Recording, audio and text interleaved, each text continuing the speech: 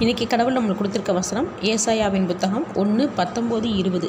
நீங்கள் மனம் பொருந்தி செவி கொடுத்தால் தேசத்தின் நன்மையை புசிப்பீர்கள், மாட்டோம் என்று எதிர்த்து நிற்பீர்களாகில் பட்டயத்துக்கு இரையாவீர்கள்.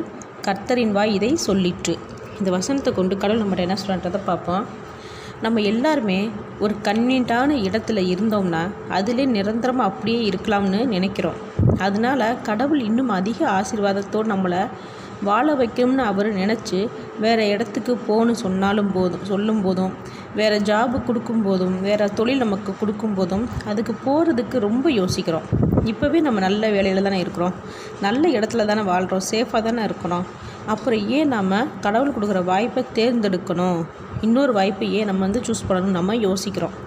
அதனால் நெக்ஸ்ட் ஸ்டெப்பு எடுத்து வைக்க மாட்டேங்கிறோம். இதனால் நமக்கு தான் நஷ்டம். நாம் கடவுள் கொடுக்குற ஆசீர்வாதத்தை நம்ம ஒதுக்கும்போது கடவுளுக்கு கோபம் வரதான் செய்யும். அப்போது எந்த காரணத்தினால கடவுளோட பேச்சை கேட்காமல் இருக்கிறோமோ அதை இல்லாமல் ஆக்கிடுவார். அதனால் எவ்வளவு பெரிய உயரத்தில் நம்ம இருந்தாலும், எந்த உயரமான நிலைமையில் நம்ம இருந்தாலும் கடவுளோட பேச்சை கேட்டு நடக்கும்போது நிறைய ஆசீர்வாதத்தை நமக்கு கொடுத்துட்டே இருப்பார். ஆமேன்.